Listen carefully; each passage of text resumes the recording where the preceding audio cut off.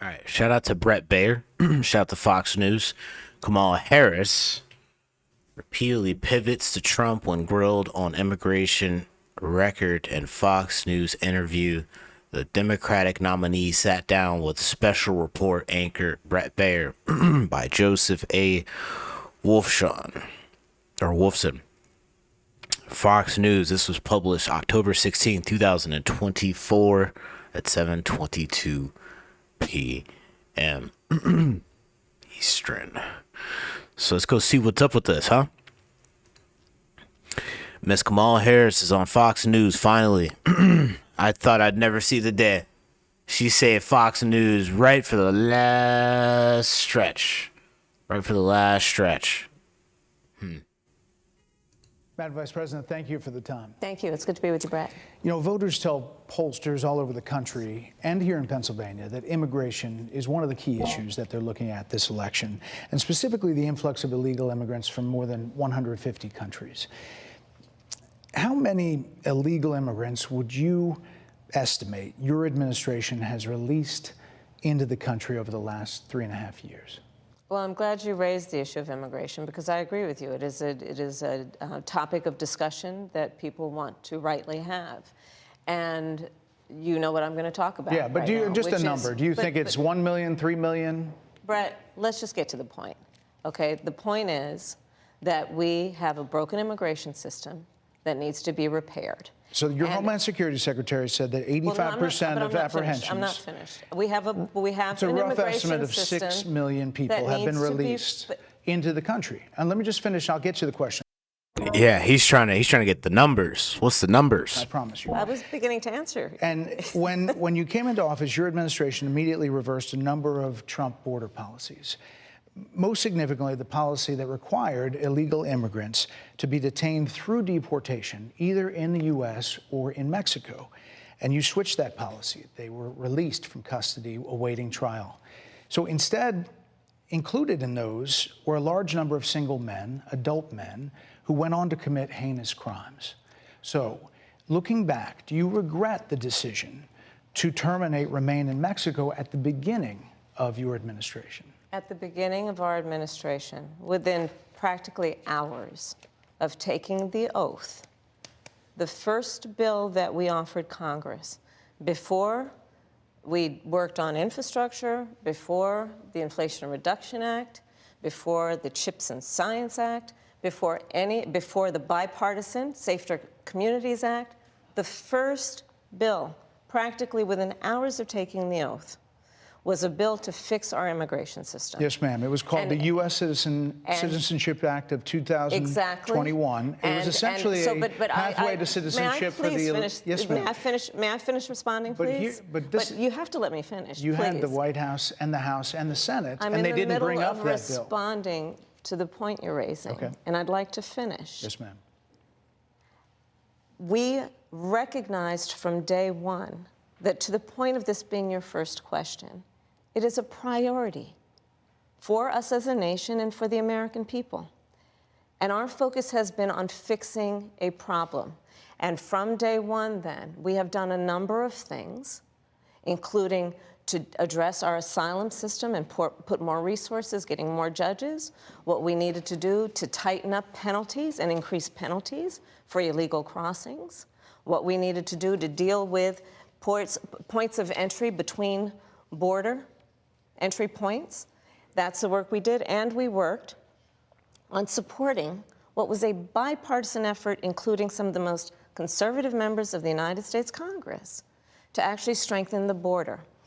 That border bill would have put 1,500 more border agents at the border, which is why I believe the Border Patrol agents supported the bill. It would have allowed us to stem the flow of fentanyl coming into the United States, which is a scourge affecting people of every background, every geographic location in our country, killing people.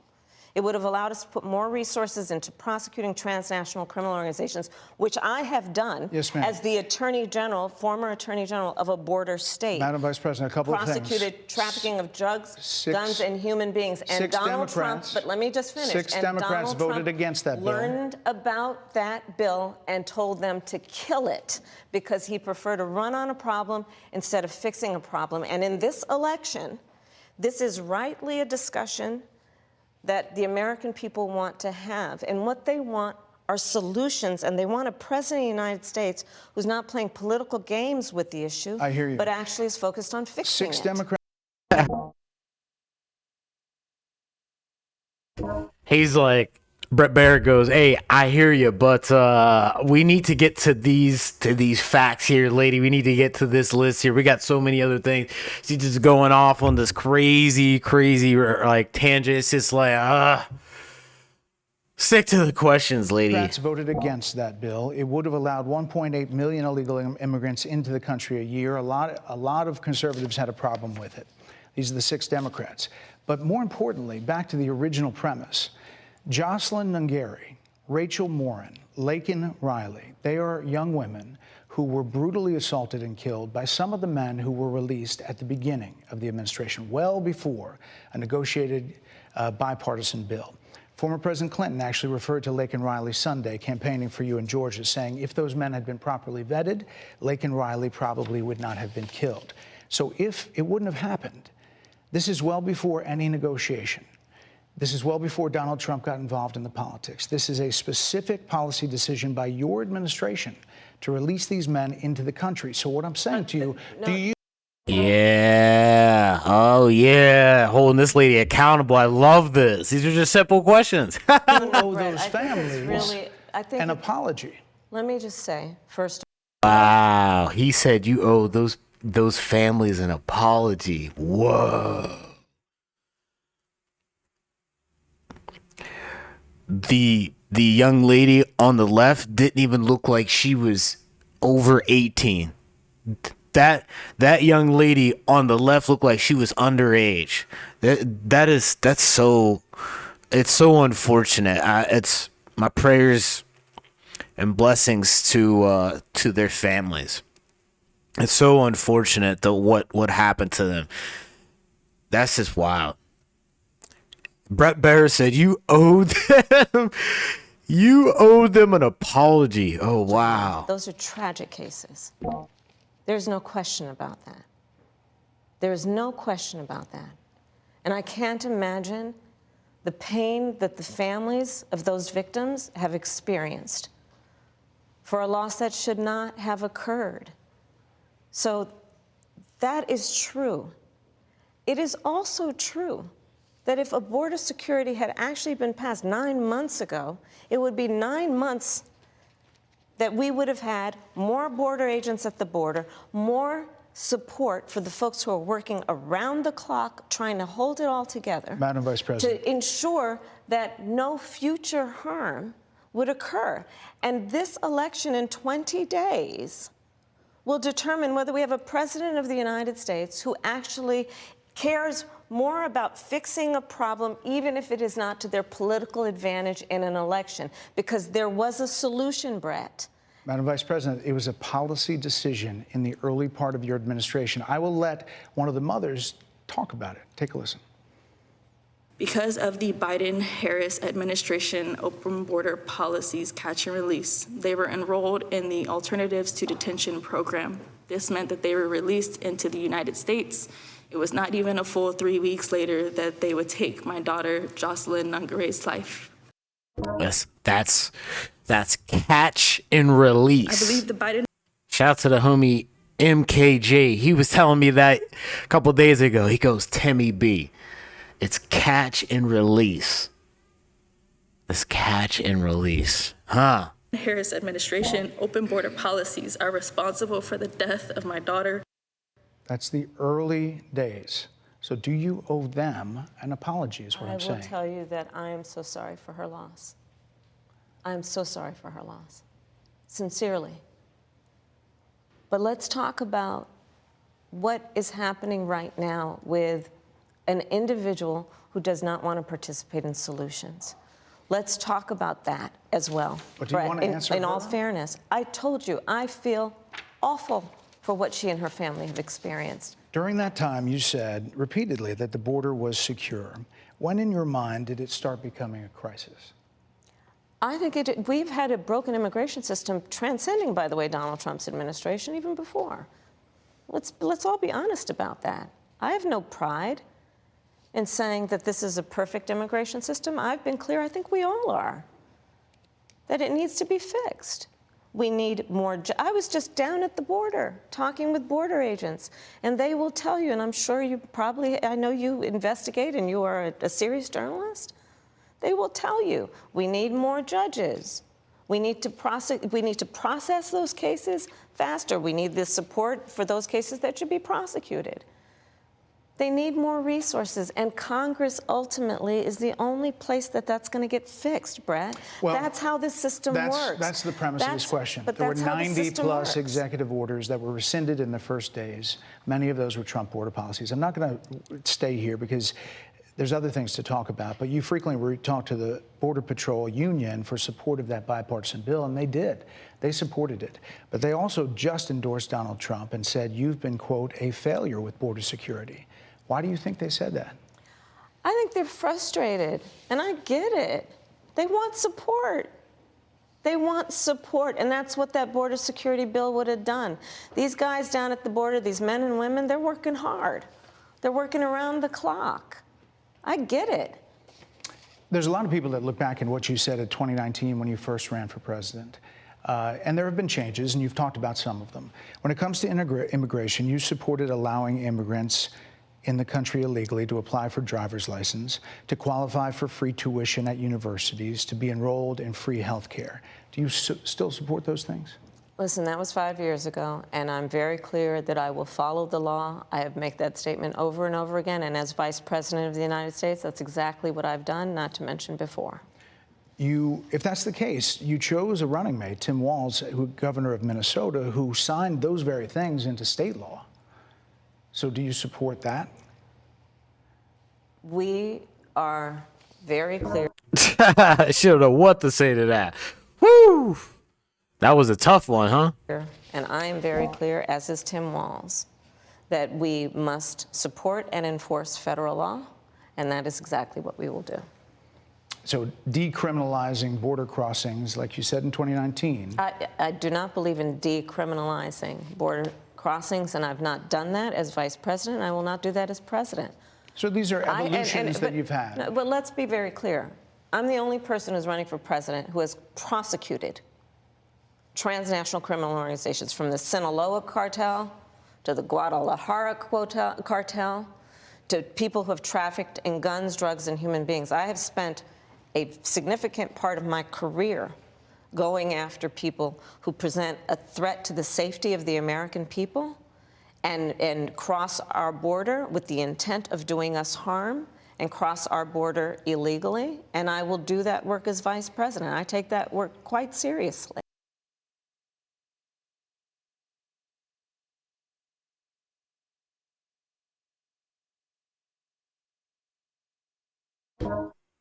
Well, there's that. That was terrible. That was terrible. Kamala Harris pressed on the border. Our focus has been fixing a problem. Vice President Kamala Harris repeatedly dodged several questions about her administration's immigration record and instead pivoted to former President Trump during an interview with Fox News' Brett Baier. Baier began the interview Wednesday by asking Harris how many illegal immigrants were released by the Biden administration into the country. Well, I'm glad you raised the issue of immigration because I agree with you. Harris responded, "It is a topic of discussion that people want to rightly have. And you know what? I'm going to talk about. But just a number, Baier press. Do you think it's 1 to 3 million? Brett, let's just get to the point, okay? Let's just get right to the point, Harris said. The point is that we have a broken immigration system that needs to be repaired. Well, if it needs to be repaired and you're the vice president, why can't you fix it right now? I just don't understand how you're acknowledging that this problem that we've all been saying that it's been a problem, but you've been neglecting it.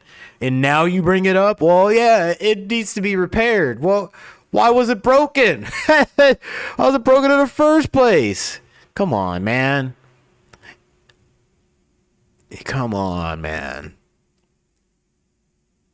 After Baier invoked the Department of Homeland Security estimated that 6 million illegal immigrants that have been released into the country, he had then pressed her about the Biden administration's decision to reverse Trump-era policies like remain in Mexico, and how the decision is linked to the release of violent criminals.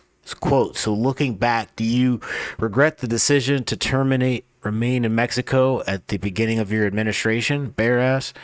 Harris responded by highlighting the Biden administration's first legislative push, which was administration reform, or immigration reform, and they need it.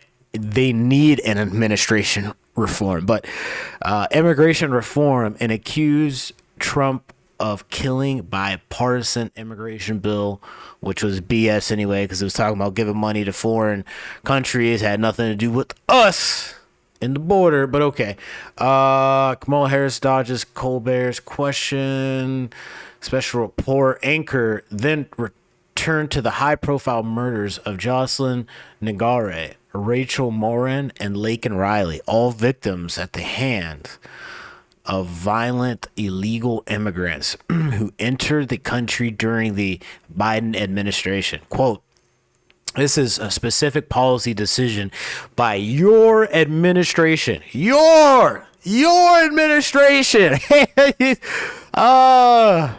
It's crazy. He said you. Yours. To release these men into the country, Baier said. So what I'm saying to you, do you owe those families an apology? Let me just say, first of all, those are tragic cases. There's no question about that. Harris said, and I can't imagine the pain that the families of those victims have experienced for a loss that should not have occurred. So that is true, and it is also true that if the border security bill had actually been passed 9 months ago, it would be 9 months that we would have had more border agents at the border, more support for the folks who are working around the clock trying to hold it all together to ensure that no future harm would occur. Yeah, you're going to hold more security. You're going to hold the security up for this bill that no one wants to sign because there's all this stuff in the bill.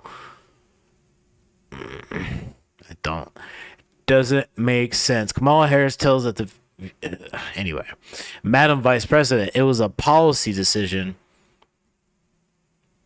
in the early part of your administration.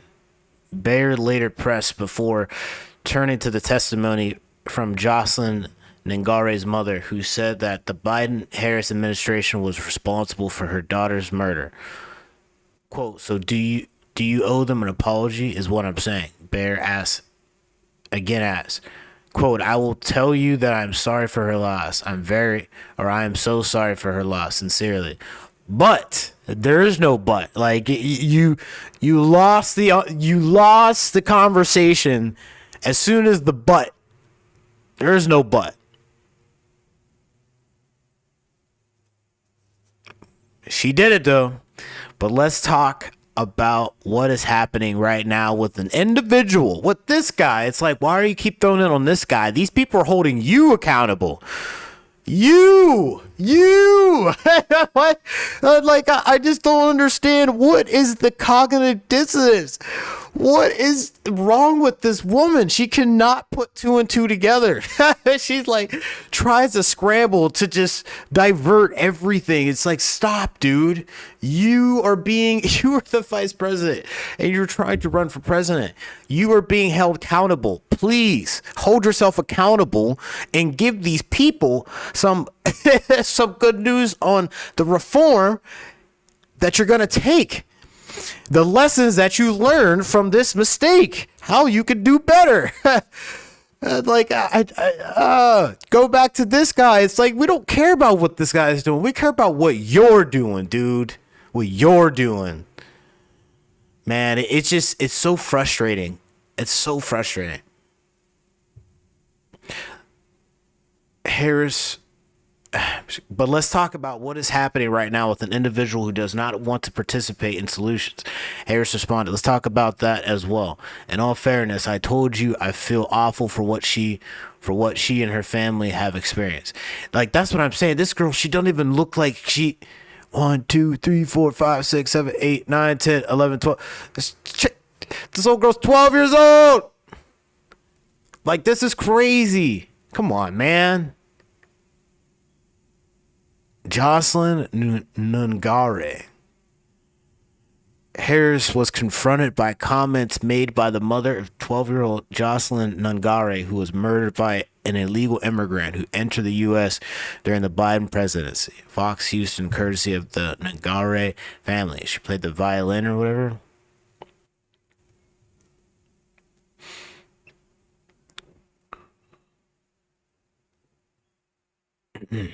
You said repeatedly that the border was secure in your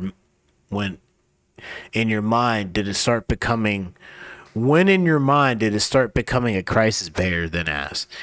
We've had a broken immigration system transcending by the Donald Trump's administration even before. Let's all be honest about that. So now you're blaming the people. So who was before Donald Trump? So now you're blaming Barack Obama for President Barack Obama for this issue too. Like, now you're gonna throw all these other people. It's like, what have you been doing now to fix it? There is no like putting it all on a bill. All you need to do is just close it down. Close it down. I digress. Quote, I have no pride in saying that this is a perfect immigration system. I've been clear. I think we all know that it needs to be fixed. Dude, you made it. You're making all this stuff happen. Why do you need to? You're breaking something that, like, you're making the problem that, like, you're now. God, it's just like so insane. We need more. I was just down at the border talking with border agents. We need more judges. We need more judges. You need to actually uphold the freaking law. How about that, lady? How about that? We need to process those cases faster. We need the support for cases that should be prosecuted. They need more resources, and Congress ultimately is the only place that's going to get fixed, Brett. That's how the system works. When Baier asked if she still supports taxpayer-funded transgender surgeries for illegal immigrants who are in custody, Harris pivoted to Trump. I will follow a law that Donald Trump actually followed. You're probably familiar with it now. It's a public report that under Donald Trump's administration, these surgeries were available on a medical necessity basis to people in the federal prison system. And I think, frankly, that ad from Donald Trump campaign is a little bit of like throwing, stones when you are living in a glass house, she responded. So you're saying that this was available. These surgeries were available on a medical necessity basis to people in the federal prison system. So because it was given to these folks in the federal prison system, you're going to give taxpayer money to have surgeries done on illegal immigrants in custody?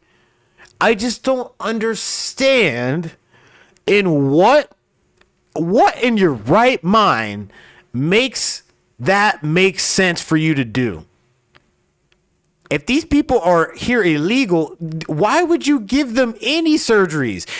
They need medical surgeries to stay alive. That's not a medical surgery to stay alive, to remove body parts and give.